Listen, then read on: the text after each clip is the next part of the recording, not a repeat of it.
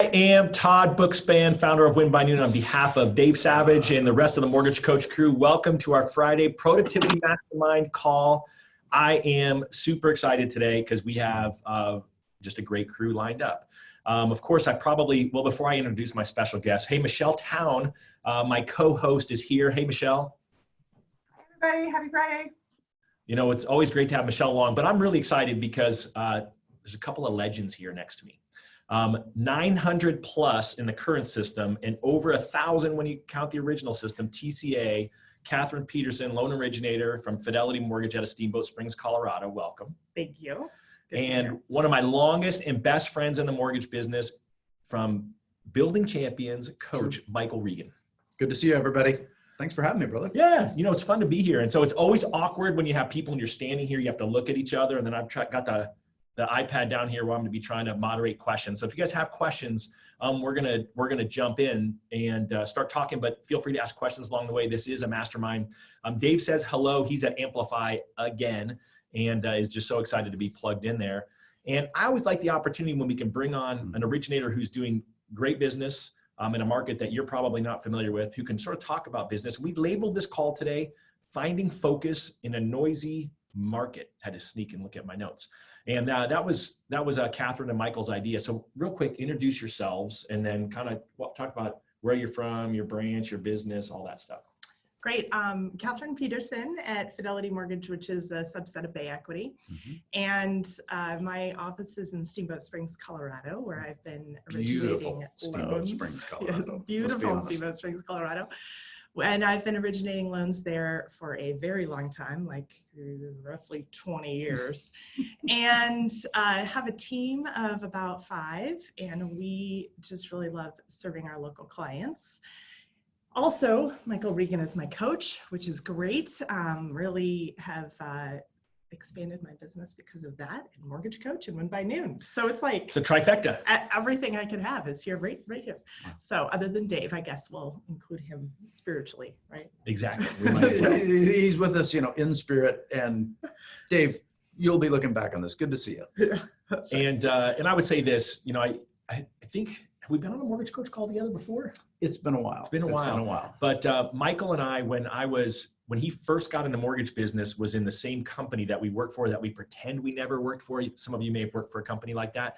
And so we go way back, masterminding and building business together from early on. So a lot of my philosophies that you see in Win by Noon are because of this guy. He's the first person that I sent one of the draft copies to get feedback on. So I'm super grateful for him and all the impact he's had on me as a coach, as the Win by Noon guy, and as a human being. So tell a little more about yourself. Well, it's funny, just bringing up that story. I totally remember when the first draft of the book came out. If you'd have known Todd like I did back in the early 2000s, he had a Win by Noon journal. It wasn't branded. It was a notebook, and you used to take all of your copy sheets and shrink them down, tape them, glue them. He created this journal and would carry it around with him everywhere. Uh-oh, I have a feeling we're about to find the beta copy.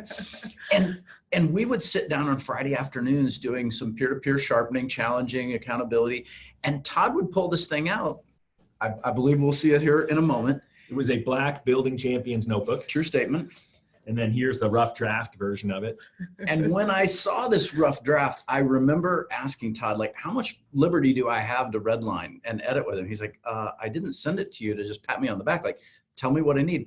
And it was super fun to get to see what he had developed, because I'd watched this thing evolve for 10 years before that. So it was really fun to see you bring that to light and bring that to market. And gosh, now walking around your office, I mean, you guys have truly turned this thing into a massive value add to our industry. Well, thank you. And a lot of you probably don't know Michael. He's kind of a behind the scenes coach, right? You see Bill Hart out front all the time from Building Champions, but Michael, along with Bill, ran the Master's Coach program at Building Champions and still leads a lot of leadership retreats, loan officer retreats through Building Champions, and really came out of the loan officer chair, branch manager chair, ran a big team. What else am I missing?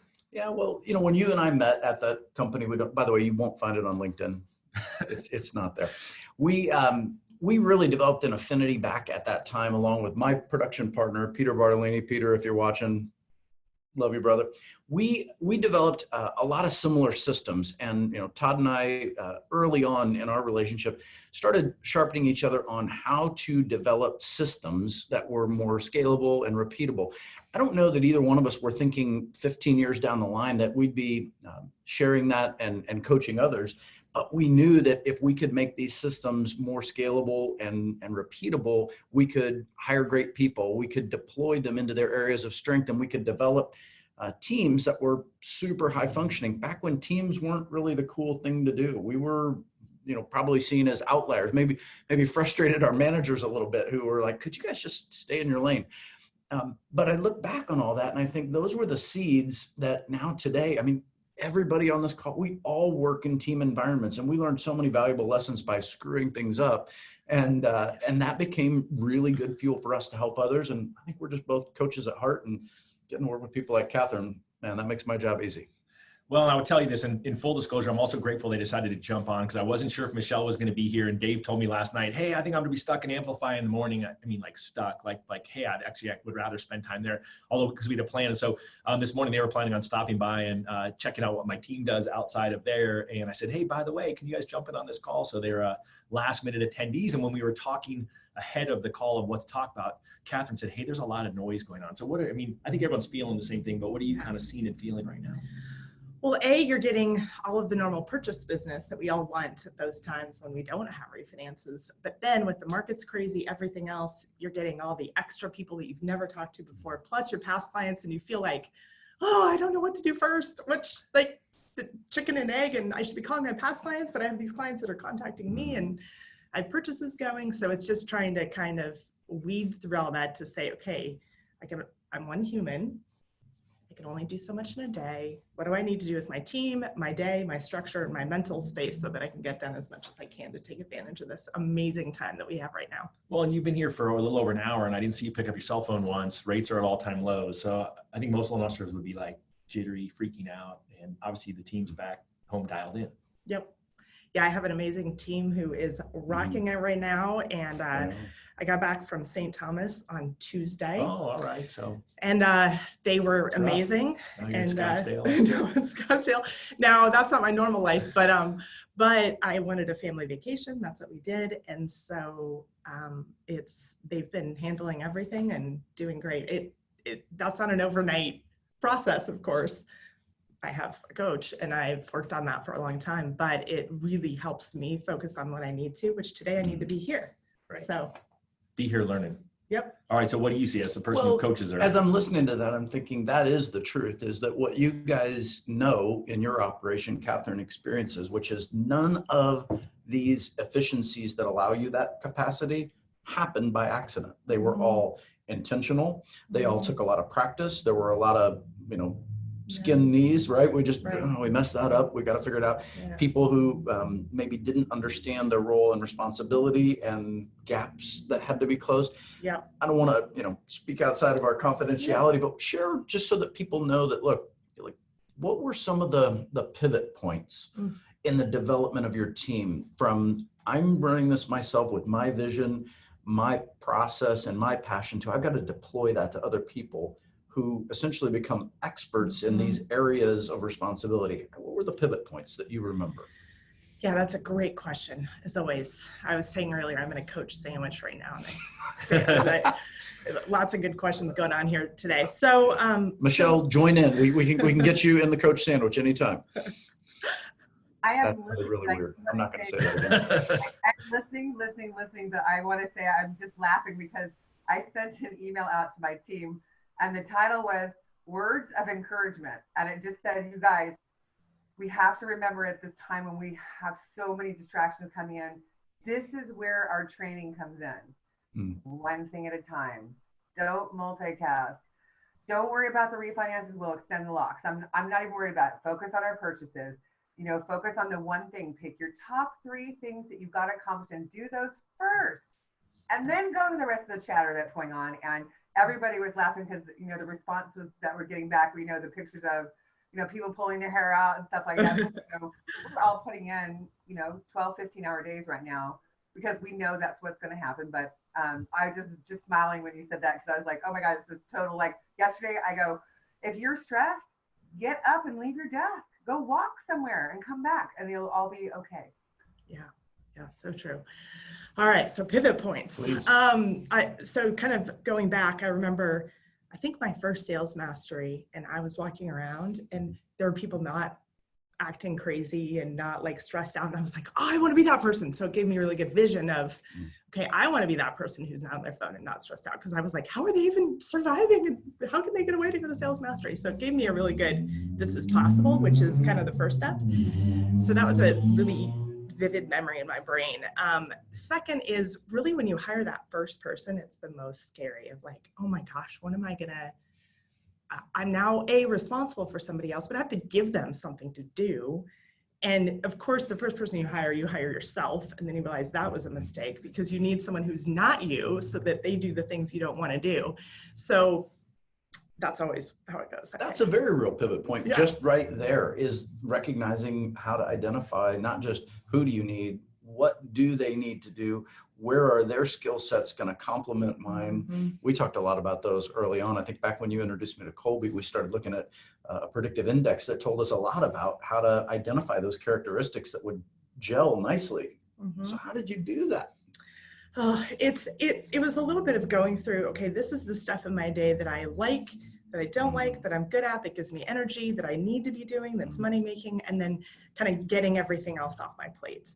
And then really kind of molding them into, okay, how are they scripting things and how are they saying things so that I like it and I can totally trust them. Mm-hmm. One of the people I work with, she's been working for me for a really long time. So she reads minds, which is amazing, reads my mind specifically, but because she knows what I'm going to say and she knows how I'll handle a situation. So now I just let her do it. And the beauty of that is kind of another pivot point for me is giving up control of the management of how that system works. So I can kind of be a little bit of a, more like nudge them from, one side to the next, but really, I kind of let them say, okay, this is all the stuff I don't want to do. You guys kind of set the tone. You guys do the roles that you want. And they had a meeting last week. And this is like the 5th time we've rearranged everything because things change. And it's just kind of the way the market is. Now we have different things that we do than what we did a couple of years ago. So redividing out the tasks is kind of up to them. And then they just gave me the summary of it. So giving up that control has actually really helped because before I was like, you're going to do this and you're going to do that. Okay. Not to interrupt you. Somebody out there right now is going to say, yeah, I've tried that. And man, does that not work. So how did you deal with the fact that giving up control ideologically is sometimes way different than practically? What mindset did you have to have in order to allow this person the freedom to fail and figure it out? There's a lot of it kind of comes from perfection. So yours, theirs, or a combination being of both? okay with not being perfect. Okay. We're going to make mistakes and that's okay. No one's going to die. Yes, we might blow a lock. We might do this or do that. But overall, they do a much better job than I do at 90% of what happens in the office. And I'm totally okay with that. I'm not attached to those things. So it's giving up that. I don't have to do everything and I don't have to be perfect at everything and they don't have to be perfect. Because goodness, if you're expecting that from your employees, you're not going to keep them very long. So key ingredient, if I'm going to back that up a half step, is when you're finding those people, you not only have to find people that have those unique skills, but that are passionate enough about developing those skills that you can actually freely promote them. Like you want to talk to these members of my team because they're the experts. And I think that's a key that I hope some of you are picking up on because it's so hard to want to hire people that are better than you. It challenges you as a leader. And yet, really, I think we read this early on from an old Steve Jobs quote. We don't hire really smart people so we can tell them what to do. We hire them so they can tell us what to do. And you've been able to do that. You've been able to hire some really smart people.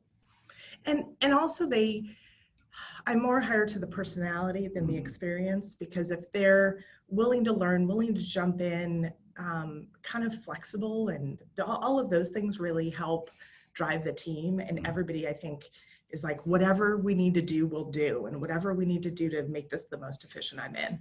And those are kind of the people that can really you can relate to that. You've done a lot of hiring, character, and training skill over the years. How do you find, not to turn the tables, but join in. You've had this experience as well. Well, I think I think it's so critical. And I think where the thing that stood out the most is you said you have to give up on perfectionism, right? I learned from you, right? Simple's the enemy of complexity, whatever. Complexity is the enemy of profitability. Profitability, right? Like that's my favorite thing. And for me, most of what I failed at is where I try to make things too difficult or too perfect.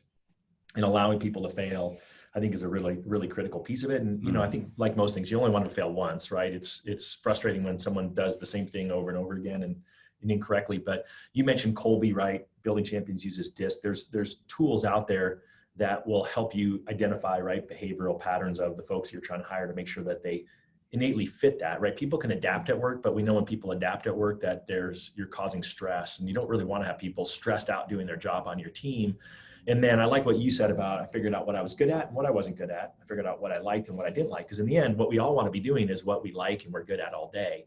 And then that's how I built my team. Was I hired someone, I called it a processor with a personality. And that processor with a personality, she had her stuff that she was good at that she liked doing. I had what I liked and what I was good at doing, which wasn't very much compared to everyone else. And then when we went to get the next hire, we looked at what she liked most and what she was best at. And then we hired someone to do those other jobs. And so that's originally how my team got built. And today, you know, the team that sits out there still resembles that original setup now, with people who now are built into those defined roles with a little bit of flexibility to innovate. That's what you need. Yeah. And one other point is you have to be okay with failure yourself before you can let other people fail. So one of my little random things that I did, and now I don't need it anymore, was I had a failure little like file folder that when something hit the fan, I would like pull out that little folder and I would open it up and it would be like, go close the door. And I would like, get up, go close the door. And it would be like, take a deep breath. I'd be like, okay. And then I'd have like quotes that I put in there and I would say like, okay, write down what happened, write down what you're going to do different. Because what would happen is like a loan would go bad and it would ruin your whole week. And I was like, I don't have time. I like, if a loan goes bad, it can only ruin like 20 minutes or 5 minutes. So I did that and practiced enough that now if something happens, it's like 4 seconds, you know, I don't have to go close the door. I just like, okay, how do we fix it? Let's move on. Let's go. But that's a skill that you can't, it took a lot of training and learning to get to that point. I've got a word for it, and I hope you guys picked up on it. It's intentionality. That didn't happen by accident. Right. You had to prepare for future failures and have a strategy. Like, what are my exit ramps from this path so that I'm not stuck? Professional golfers understand this. I don't know if any of you are golfers, but this is how professional golfers separate themselves from really good, you know, amateurs who like to play. They don't get stuck on any single shot. They keep moving on to the next shot. They don't let it unravel the hole or unravel the round. And that's what you were doing. You were preparing for, look, bad shots will happen from time to time. What am I going to do? And what are some of my creative outlets to deal with those moments? And that's intentionality. You're not going to do that on accident in the heat of the moment. You have to have a plan. And you just have to, and anybody can get there. They just have to train themselves, but we are all going to fail and fail bad. That's why I had to have a whole folder for it. But that's kind of what gets you there. And that also helps you be okay with when your team really doesn't do good. You're like, okay, that's fine. Let's talk about it, versus blowing up and exploding. And that's not good for your team. Well, and I heard Michele talking about it, right? Hey, we may blow some locks right now on refis, but that's okay. Let's stay focused on what we need to focus on. Mm-hmm. So we talked about a noisy market right now. That was a little bit of the setup to this discussion. So now we've got a sense of your background, your team. What are some of the present fundamentals that everyone on this call can relate to? What are some of the points of noise that we all are dealing with right now? Oh, there's so many. Social media, rates, the news, coronavirus. I mean, there's team issues always, company issues, processes. I mean, it's Michele, I needed to jump in on. I only named 20. You hit pretty much every. My favorite one right now, and I just put an email together, so I'm just cutting and pasting it now, is can we float down our interest rate? Oh, yeah. And and I'm trying to explain to people, I said, listen, yes, the stock market has crashed. Yes, the 10-year is at the lowest it's been, but the market's not moving. There's nowhere to move. And so when I do a lock with people, I'm very intentional. I'm like, I need you to understand, do I have a float down policy? Yes. What is it going to take for me to be able to drop your rate? we are going to have a 3/8 movement in interest rates. So I said, I'm being very transparent for you. I will not break my locks because that's why I have such great pricing. So when you're locked, we're locked. It's like buying stock. If there is an ability to float down, I promise you, I will be there for you. But I don't want you to be shopping me every 5 minutes because I don't have the resources right now to be working with shoppers. I just don't.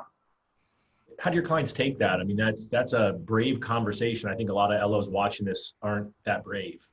Oh, I'm going to read you a response from one of my clients right now because I sent an email out late last night and it was like, here's where we're at. And I did that same blurb. It was like, 3 sentences. Here's what's going on with the market. And we're actually going to design something this weekend and we'll post it up to Mortgage Coach that talks about the coronavirus, what's going on with the market, my interpretation of it, obviously. And he's like, excellent news, Michele. Thank you so much. He goes, I really appreciate your transparency. You have permission to lock us. That's awesome.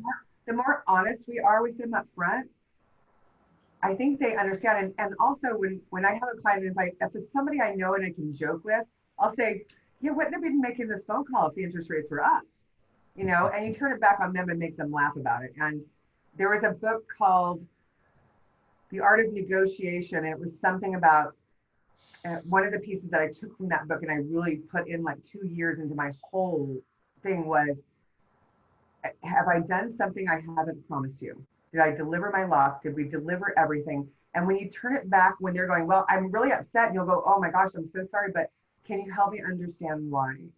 Did I deliver my lock? Did I deliver the loan? What is it that I could have done different? And you put it back on them, and then they realize that they're just listening. They're listening. Think about the chatter we're getting. Think about the chatter they're getting. Think about how many people are calling them from Equifax, that bought their, their credit report, and how many calls they're getting being told that, interest rates are 2%.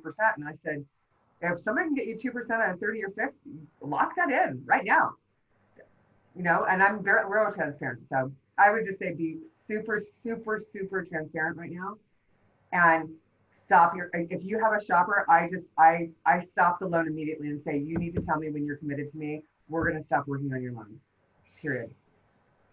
That's awesome. I think it's super brave. What do you guys think? Any questions? For Well, Michele I'm hearing that, and this reminds me of a conversation we had last night with another LO. And Michele, what I hear in your voice is a real sense of confidence, not arrogance, strength. There's just a real strength in that confidence of saying, look, I'm the professional.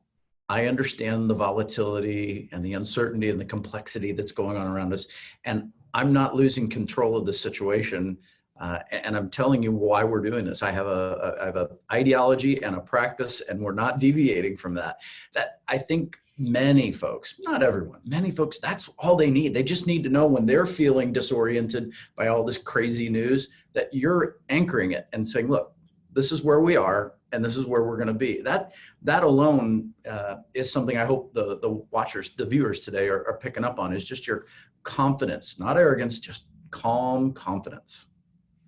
And a lot of times people just don't understand and don't have all the information, and with that confusion comes frustration or fear.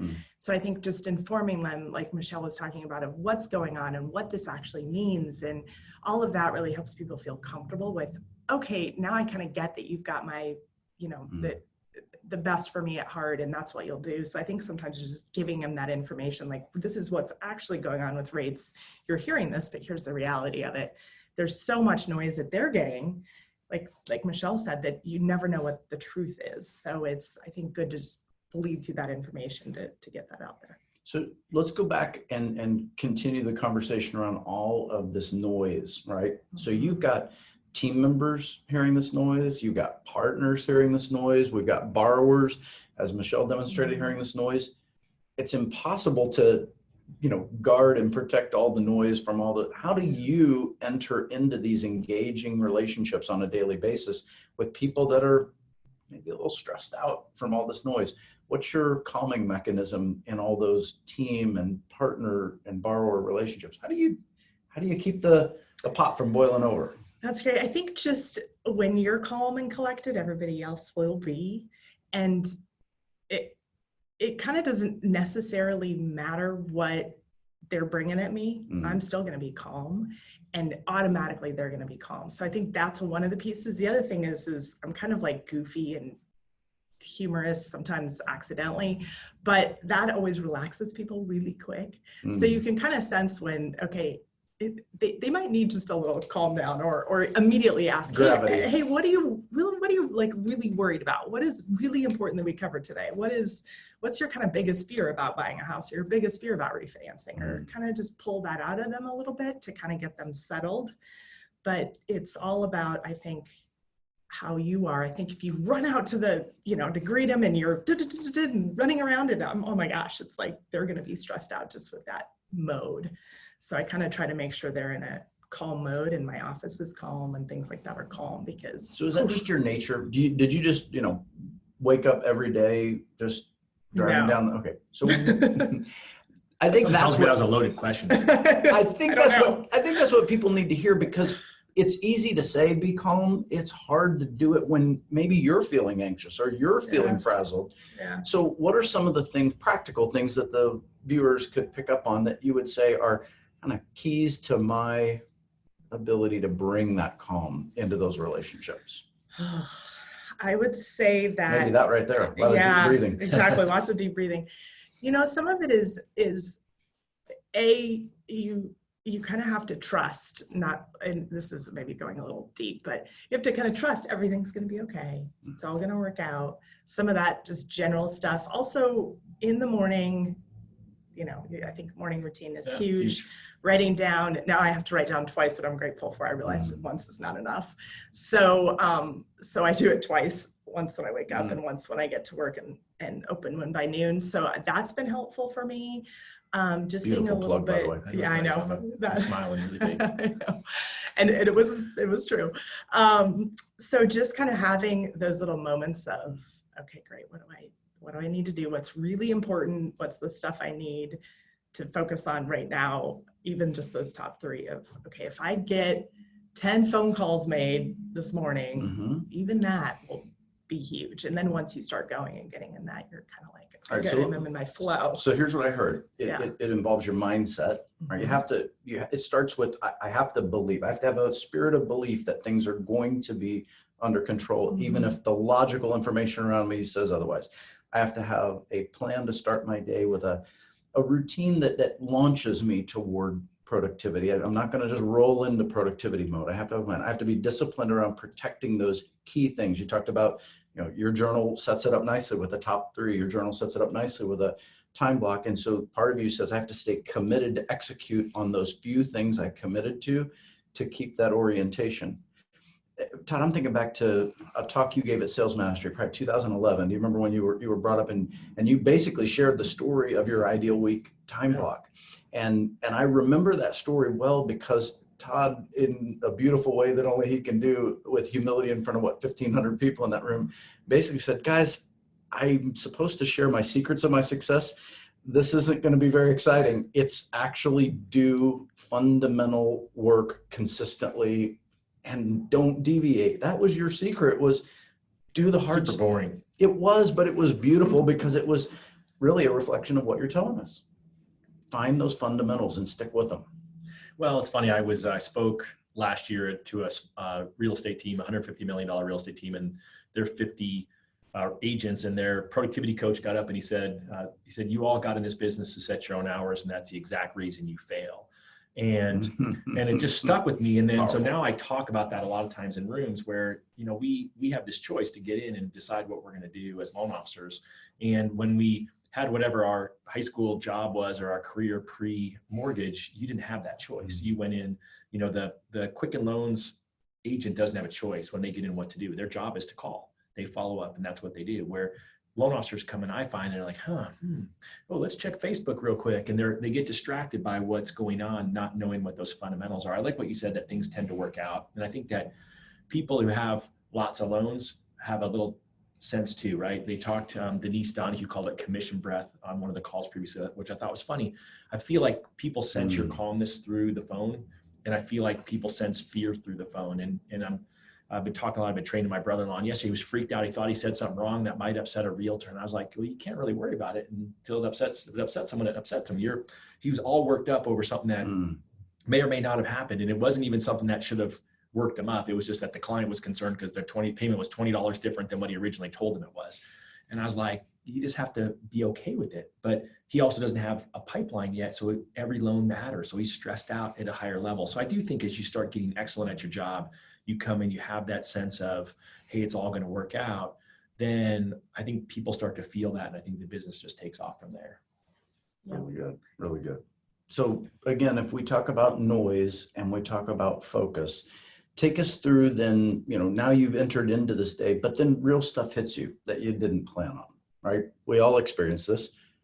How do you handle, once you've executed on those things that you've planned on, the other things that come at you? What is your mode of operation? If we were all, watching your office environment today, what would people get to see when all of those weird, quirky things get thrown at you and they want to derail the rest of your day? How do you handle it?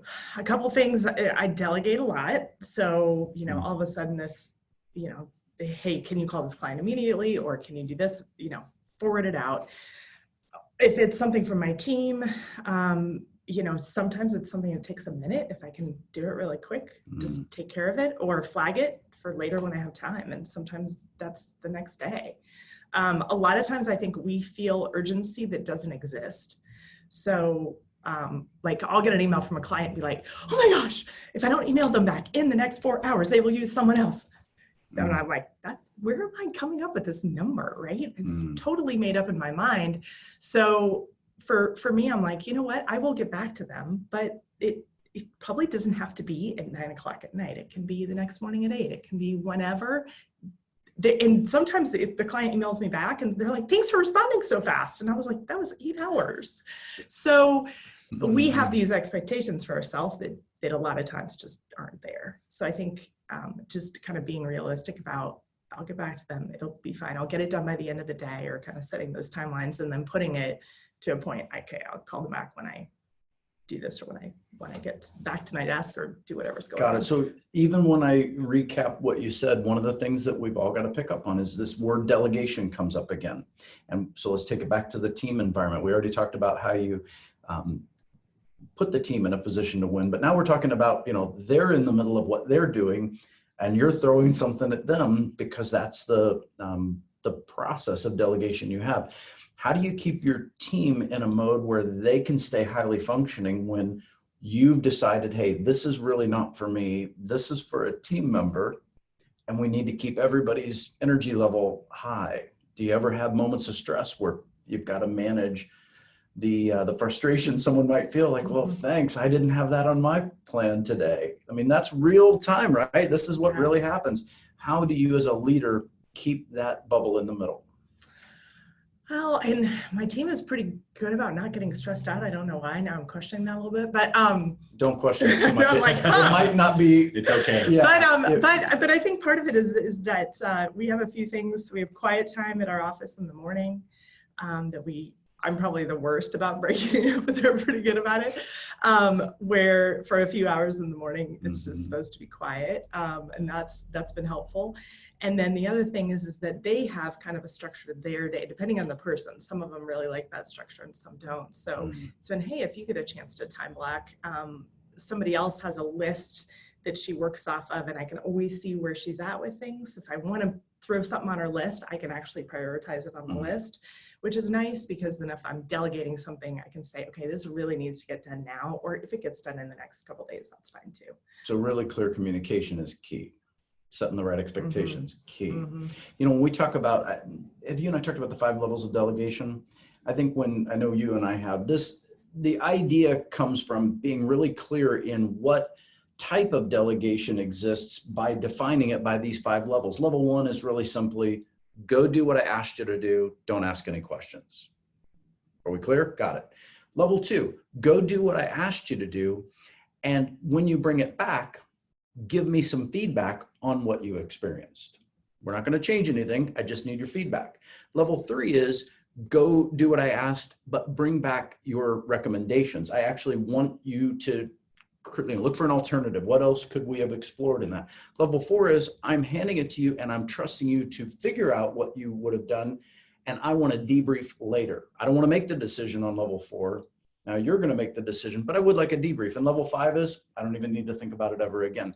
Sometimes just being that clear about the nuances, because I'm always shocked at how many times on a team I think I'm giving level 4 and level 2 keeps coming back. And then I'm annoyed because I'm like, just make a decision. I handed this to you, so I'm not involved. And it's really my fault. I haven't communicated clearly how to just hand that off at a level they can understand. So practicing the clarity of that communication really lowers the stress level. It does allow us to focus a lot more, even in a noisy day. Well, that's where the behavioral pattern things come in, where you guys all know it, especially it's in inner office and it's also in sales, where, if most of the people I talk to in sales are just give me the bottom line, I'm in a hurry, and that more like the level 1, just go do it. Where oftentimes the people, especially on your team and your clients who you're trying to communicate with, they're needing a little bit more detail and more love than you want to give. And so always remember that when you're going to communicate, don't communicate at your level, communicate at whoever the person's level that you're really talking to make sure that it sinks into them. And certainly those of you with spouses or children probably know that as well, where they're oftentimes differently wired than we are. And that's oftentimes where we fail. Really great point. All right. So any other tips that you would suggest? And I don't want to keep you on the hot spot. Todd, Michele, I'd love to hear yours too. What other tips do you have when we're just dealing with noise in general? What's your favorite practice around productivity that allows you to reduce or remove noise from your daily routine? Michele, let's hear from you. We haven't heard from you in a minute.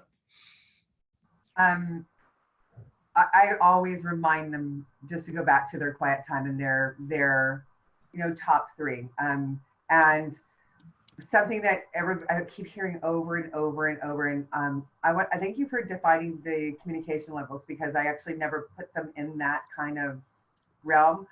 I used to communicate number 1. That was the only way I communicated. And then I finally got a coach. And after she goes, I go, how come nobody likes me? I'm a great person. And it was like, oh my gosh, because I ruled like a dictator. So I live we start at 3 on level of communication now, if I was to do that. 4 and 5 is where I prefer to be, but 3, 4, and 5. And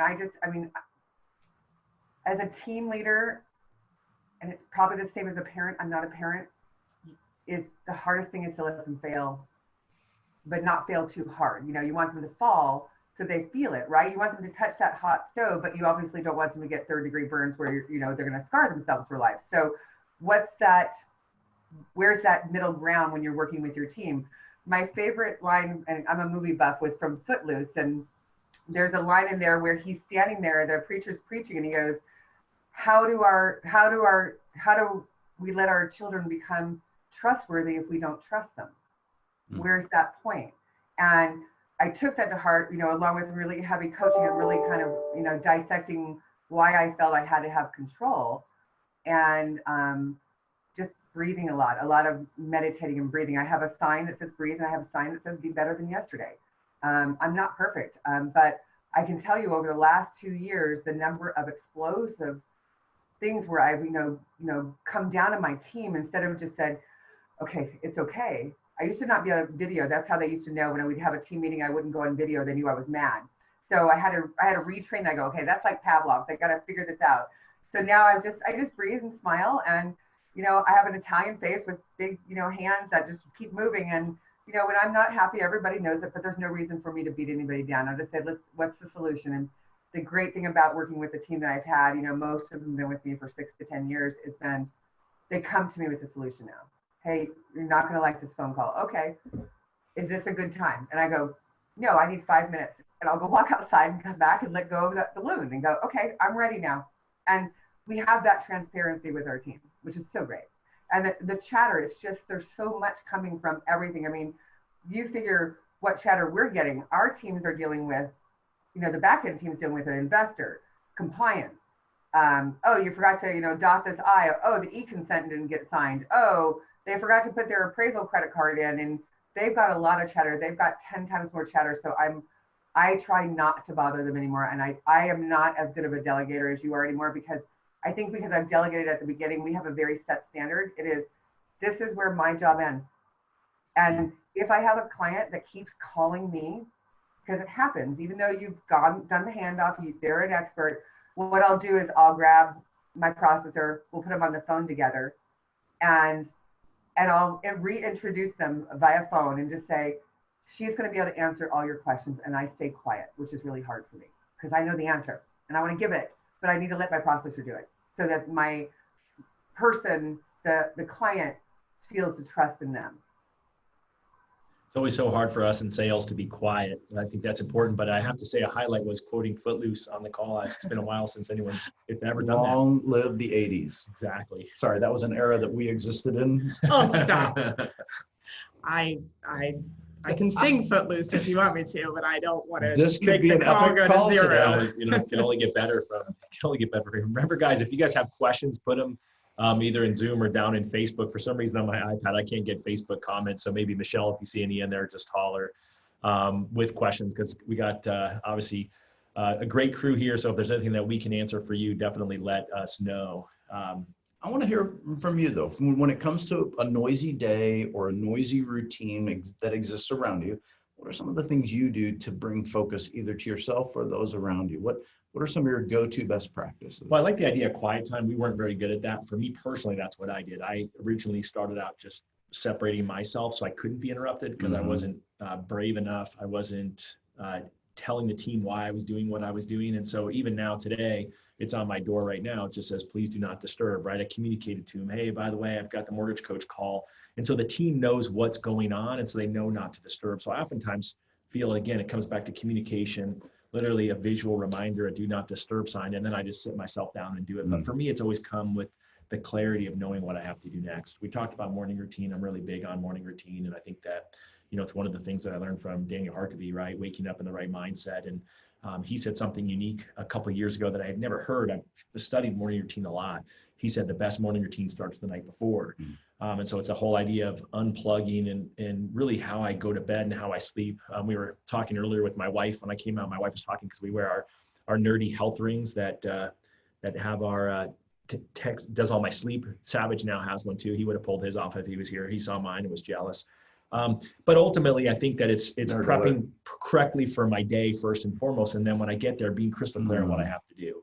And then there's going to be the times where you do get off track. There are things that hijack your day. And I've just learned to get better, like you said, of letting it go, saying, you know what, it's going to be okay. And then moving on to the next thing.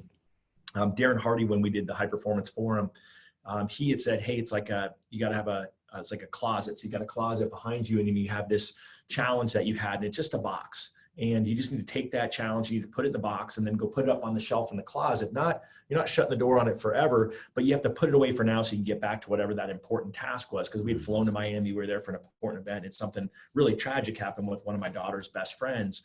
And it was to the point where we were thinking about flying home. My wife was like, I got to go. And he opened up masterfully and told the story of the box. And so that's one other way that I've dealt with it, where something's really going on. You're like, okay, but I'm still at work. I still have clients who are counting I still need to be present for that client or for my team or whatever it is and be able to put that in. Then later on, I can go get that back and then deal with that crisis, unless it's obviously an emergency or something urgent. That's really well said. Michelle, you mentioned something a minute ago, and I'm going to play off of this with quiet time. The idea of I go for a walk. And you said it almost casually, like, okay, I just do this, but never minimize the power of taking, a 5 to 10 minute just break from the noise of what's going on around you and change your environment in doing it. I'm never here to endorse smoking, but the one thing that the smokers had right was the smoker's break, right? They figured out that getting out of the office for 10 minutes was a good thing. So skip the cigarette and go take a 10-minute walk around the building. It can completely change the way that you open up your mind to think about new creative solutions. So I love quiet time. I love the walk. How about in Win by Noon? One of the things you teach on that I absolutely love because it's fundamental, but most people that I coach with, it's like mind-blowing to them, is this idea that when you're in a time block around your theme day, you've got a call routine that day or a specific activity routine you're going to execute. It's literally removing all of the other distractions.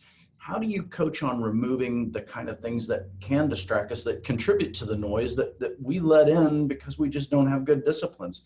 How do you tell them to block those out? I think the challenge is, and you hit it earlier when you said, in my mind, I thought I had to reply to that email immediately or within 4 hours, is we always think things that people expect. And so oftentimes you always get, you get what you tolerate, right? You're going to get what you allow. And so for me, when I teach it and what made me better at it, because again, I'm still not perfect at any of these things, you still allow distractions, was determining how do I minimize the environment. Now, of course, I'm laughing because there's a big pile of junk on my floor over here that you can't see. I was like, oh shoot, Michael's coming. I should hide this so he doesn't see it. But that's reality of life. But for me, it is. This is my reputation. But it's Michael's coming. Exactly. I got to clean it up. I got to look good. But it's always this way. It's a little worse than usual. Michele, your office looks wonderful, by the way.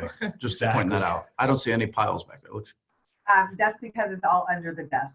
There we go. Perfect. Even better. That's what I used to do, but my desk you can see through now. So there's still stuff underneath it. But for me, it's eliminate the distractions. So I learned from Josh Metal. He said it once, and I'd never really thought about it, is that, you would go, you call a client, you leave them a voicemail because it's your lead generation time, and you want to call them and say, hey, I just left you a voicemail, wanted to follow up on X, Y, or Z. And then all of a sudden you see the other 27 emails in your inbox. So his team works from that outbox. So they're in their sent folder. And so they can't see the inbox, right? We know the basic stuff. I turned off all the little numbers that told me how much stuff is near. I don't have the notifications, that thing flying in if email shows up. Guess what? I have email. I always have email, and I had to get comfortable with that idea. And then I had the hardest one was this, right? Was saying, okay, the phone is ringing. Am I going to answer it yes or no? And I just finally decided, you know what? The likelihood of it being urgent was almost nil, and just leaving it. And so I didn't actually react when people were calling me, and I got my outbound stuff done first, and then did the reacting part of it. And so for me, it's, the total, oh, look, there's a bird thing all the time catches me off, right? I've got shiny object syndrome. I can't be on Facebook. I mean, I've been terrible at social media lately. Like literally Dave Savage texted me the other day and said, hey, you're tagged in this post. Can you comment on it in our group? Because I'm just not that active on it, because I find that if I jumped on it before you guys got here, I would have been, scrolling dog videos and stuff like that. So I think it's, that's the long answer to, I just eliminated the distractions because I just don't have the discipline if it's available. So it's shut everything else down. It's make it so you can't see things. You guys can see my computer, right? There's no little things telling me that I've got Facebook messages. I know I do. Email messages. I know I do. I got, text message on there I can access. I know I have texts. I just have it all turned off, and I'm okay with the fact that those things are going on. And I know that truly if something in my world is crazy, that someone's going to figure out how to get a hold of me. Mm-hmm. React to that, because your world is different than Todd's, and yet similar in many ways. Do you relate to that? Do you do things a little differently? Like, how would these guys see a contrast in the styles that you two are managing? I would say it's certainly similar. I definitely get sucked into social media probably more, and I should, but I just am choosing right now not to. I'm not here to show it all over you. Maybe you've got it figured out. But I would say, overall, I'm definitely shiny thing too. Maybe not quite as much, maybe a little, but I think for me, it's more just those things are going to come. But I also, as you probably do, have things trained. So like if somebody calls in, great. Kathryn's unavailable. Can you talk to Katie? And because I'm in that block time or whatever, so it's just kind of diverting the stuff. So I don't even see it, because sometimes if it ends up with me, I'm going to be like, oh, I can handle this. So I think it's just, it can't even get to me, or I'll probably do it. So sometimes they're good at just being like, okay, let's just bypass her. My team has learned. So again, having a really good system in place, which doesn't happen by accident. You have to create the system itself. You have to create the scripting so that the team knows how to handle those situations. And you have to have a strategy for how you do engage them later, so that we didn't confuse the difference between what's urgent and what's important. Often we do that in our go mode. If we're in our go mode, they kind of seem like the same thing. Urgent and important just seem the same, but a lot of things in our inbox are important that aren't urgent. A lot of things in our voicemail are important. They're just not urgent. And having a strategy with your team on how to divert that is a really good filtering system to figure that out. In the unlikely event right now, Todd, that somebody did need you, because it truly was, like, we're not talking important, it was urgent. Somebody's going to bang on the window and say, That's it. Interrupt it. And I tell my team that all the time is, look, if the actual fire is approaching the door, like, please don't let me barbecue, get me out. But most things aren't a fire. We just treat all of our important things like they're urgent, and everything devolves. Having a plan to separate them, it gives us sanity when we're trying to execute. Let me turn the table for a minute. There's a lot of people listening who go, that's great for Kathryn and Michele. They got teams, but I don't have a team. It's just me. And so I feel like there's a lot of people here who are struggling with, oh my gosh, I have, I've got 30 clients from last year I should be calling to refi. I've got purchase applications. I know I should be calling my realtors and doing those things. How would you guys suggest to someone that they prioritize their day to make sure that they still are a purchase first loan officer, but not letting those refinance opportunities go? Of course, I've got some thoughts on this, but they're going to sound really strangely similar to the win by noon philosophy, because I really do believe so let's say the scenario is you're working alone and you've got to handle all this yourself. I've got to have a strategy each day for what I'm going to focus on, because if I'm doing this alone, and I'm fragmented in my day and I'm pivoting in and out of activities and themes, my execution level just gets diluted fast. I just can't perform at a high level. And so I'm contributing to the very problem I'm trying to get out of. So my first commitment would be to figure out which things I'm going to focus on that day. I would take the coaching you would give and say, if I'm going to follow up with agents, I'm going to pick my Thursday, and I'm going to commit to the idea that in that 60, 90, 120 minute window that I've committed to based on the volume I've determined I need, I'm going to just decide to commit to that and not be distracted, so that I can leave that day feeling some satisfaction, knowing that tomorrow I've got a plan to go into my database. And am I going to miss something? Maybe, but I'm probably over the course of a week and a month way more net effective if I can segment my focus. Because if you're working alone, you don't have the luxury of, I'll call the agents right now while you call the past clients. You've got to segment. That's, I think, my answer is segment. Yeah, I agree. And one other thing to add is, before I had a team, I had accountability. And I think having accountability, even if it's a friend, a realtor, your family member, of, hey, I made this many calls today, or this was my top 3 and I got them done or didn't. Having that accountability is huge, because it's a way to focus yourself. It's like having a team for free, because then you're like, oh my gosh, I have to send this into Michael. Yeah. Like, I feel bad sending my thing into Michael from last week, the win by noon, because, and I was on vacation, right? But I'm like, oh my gosh, it's going to look so bad. You sent it from St. Thomas? No, I haven't. I figured I'd just show it to him. But yeah, but it was all filled out. So. And you realize you're going to feel bad if I find out in St. Thomas you were making all kinds of phone calls. It's going to have the opposite of it. I think I have like 4 phone calls for the whole week. Good. But it's still knowing you're going to have to tell anybody who you care about what they think about you a little bit. That's a kind of a way to stay accountable. So think about accountability. You guys are huge practitioners of accountability, and I think that's fundamental to the journal. What has to precede accountability? Like, it's hard for me to be your accountability partner if you don't first make the commitment.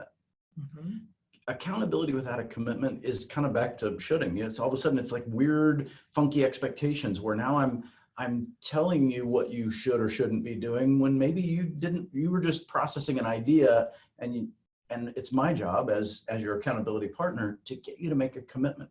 What will you do, and by when? I know that sounds super simple, but if we're going to have accountability, make a commitment, because accountability without a commitment will devolve quickly into this funky, frustrating. I got to give a quick plug. I could grab it off my floor here, but then something will fall over. But we do have our free accountability challenge over in the Win by Noon user mastermind group. It's free, right? So you already heard Kathryn say she literally has to send Michael a picture of her weekly review at the end of every week from her Win by Noon as his coach. But this is an opportunity where you can voluntarily, right now, nobody's posting them publicly. Everyone's sending them to me privately with what they're doing, but it's a great way. Just jump over there. This afternoon, we'll have the one for March posted in there. So jump in, it's free for the next month. Yeah. Absolutely. And honestly, some people need like 7 accountability partners, and that's fine too, in different areas of their life. So it never is bad to ask for help. No, that's Be well helpful on said. that. I at first I was laughing, but you're right. I mean, you're right. In different areas of my life, that is important. I think you and Tara have been really, really great friends on a personal level, looking at how you guys have embraced a healthy lifestyle. And it's super encouraging when we're around you, because it allows Lori and I to process those commitments, which are different than that I, follow my execution of my time block. That's a different area of life. So that's a good point, is find other people in your life that inspire you to be a better version of yourself and explore those commitments with them. Maybe accountability happens in different places. Yeah, my kids are very vocal on my clothing. So there you go. That's one accountability I'm partner. working hard to get my kids accountable to their teachers and not to me. Like, I know. they are in your life for that purpose. Right.